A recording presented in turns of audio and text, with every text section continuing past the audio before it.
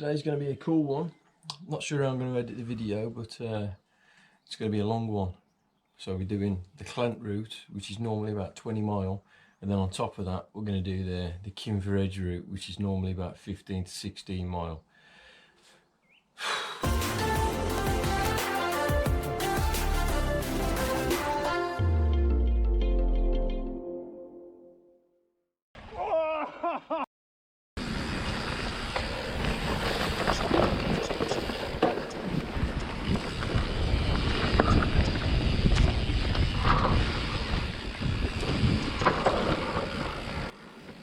We're not even at Clent yet. These are just the two good sections before we actually get to Clent.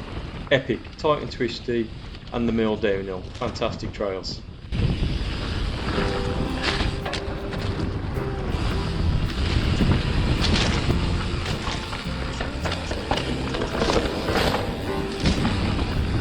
Halfway up the Clent.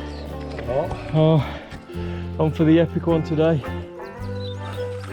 Going to start this climb in about 30 seconds. Deep wood. Oh. So I've just done a trail breakdown stroke, kind of like how do you tackle deep wood. To be honest, if you're new to mountain biking, I wouldn't bother. I'd do something else a little bit easier first. The tutorial that I'm putting out, or you may have already seen the tutorial, it's a bit gnarly to be honest, and I wouldn't like the thought of anyone coming down here that was inexperienced or didn't have the right bike for the job. You could actually get hurt on this trail. It is quite steep and very rooty. How are you feeling? Like a champion. Like a champion. We're at top of Clent. We can only go down to Clent. Yeah. Then we're going to go up Walton, come back down Walton, and head to Kinver. Yeah. That's the plan. Now this is a trail called Cobra Death Trail, and it's already been blocked off once by the National Trust, and that was basically because there's a badger set on the lower half, but there is actually a bypass past that set, badger set now, which you can use. But this is the only trail over Clent which I would actually say is harder than Deepwood. Again, don't do this if you're a novice, and probably don't do this if you're in peak hours where there's walkers, because it does actually cross two trails.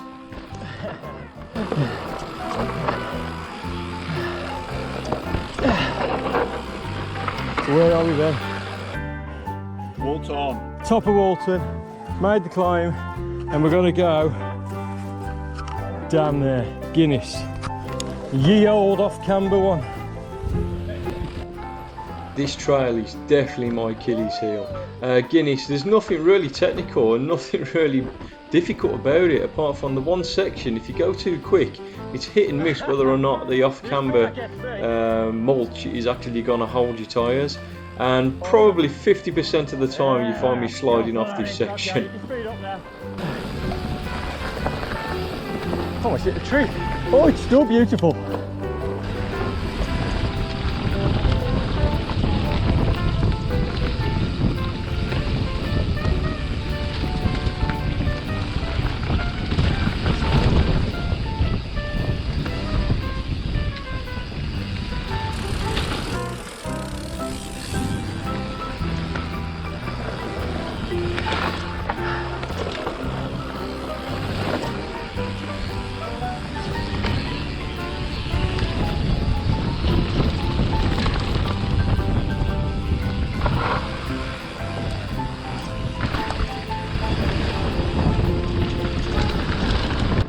Absolutely one of my favourite trails, rooty bit in the Clent Hills on the Bolton side. The only problem with this trail is since the COVID, we've had a lot more walkers out, and I've ridden this for like 4 years now and never come across as many walkers as I've come across over this COVID climb. And to be honest, there's that many walkers coming up here at the moment. I've actually stopped going down it. It's just not safe for them, it's not safe for us. Right, onward to Kinver.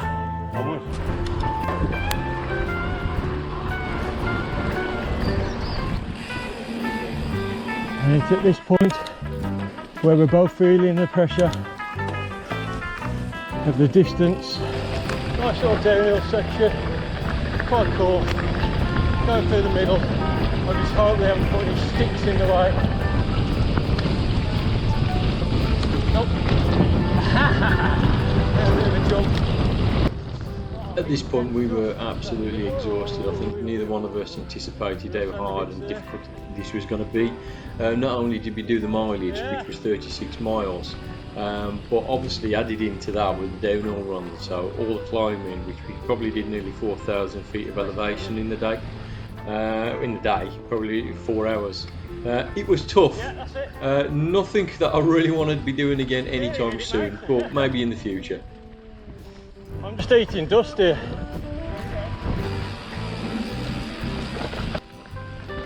It was an interesting experiment to see what fatigue actually does to the body. Now, if you just take the Kimber run, which was 16 miles, and there are there's a few technical bits in there, but nothing that you'd think twice about any other time. But because you're so tired, the smallest kind of pop up a route seems like you're crossing a log. You know, it just over exaggerates what your eyes are seeing. Right, coming onto the edge. I think I can honestly say I'm wasted.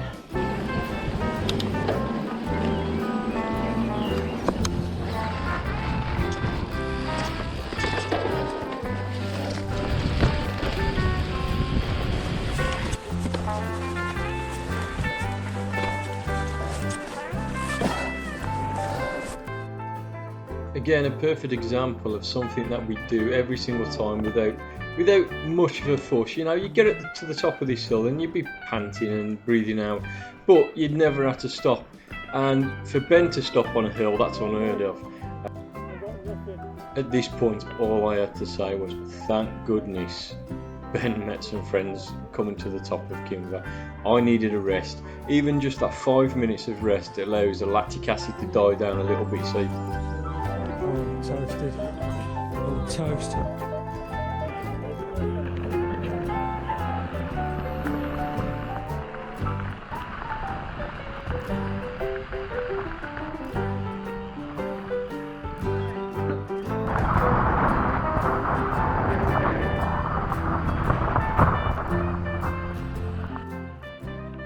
what can I say about this lady? She was just a pain in the ass, and the stupidity just pours out of her. What are you with then? It is the right way. Well, there's no sign saying private road on there. It's not, is it? Clearly.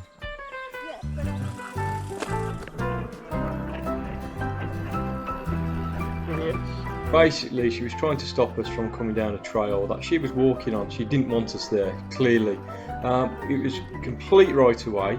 There's no sign saying it wasn't right away. In fact, there's a sign just at the top of the hill saying it's a shared bridle way. So she was in no right whatsoever.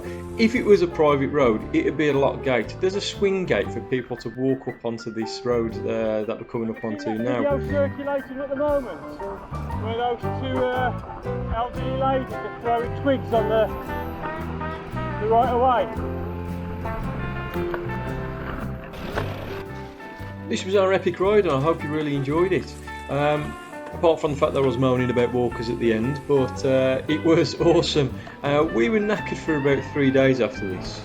This is not, I mean, obviously 35 mile, 36 mile doesn't seem like a lot to the likes of roadies, but we were throwing in downhill tracks here, and we threw in a lot of elevation. Epic ride. Thank you for the pain. Yeah. Yep. But if you did enjoy this, give the video a thumbs up and a like, and hopefully you'll subscribe. Wonderful, we'll see you next time.